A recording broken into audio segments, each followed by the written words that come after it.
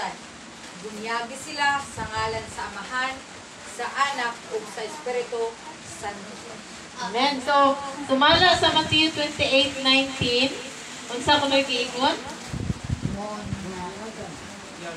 Go, sa English pag go and make disciples of all nations, baptizing. Okay, nana. Saan ka dyan? Pastor Neil, Oo. ka nang imong reaction nga, bautismohan si John, kaya mag-explain ko. O sige. Yan na ba? Dali. Ang bautismo nga na unta ka to, tang nawa nakaligo ron. Para mag... Joke lang ba? Sige. Okay. So, ako explain ang meaning ha, sumala sa Bible ha. Tungod ni ini sa pagbunyag ka na to. Okay, kung tayo pastor, imo siyang ato lang. Ani mo pastor, gilubong kita. Ana ba?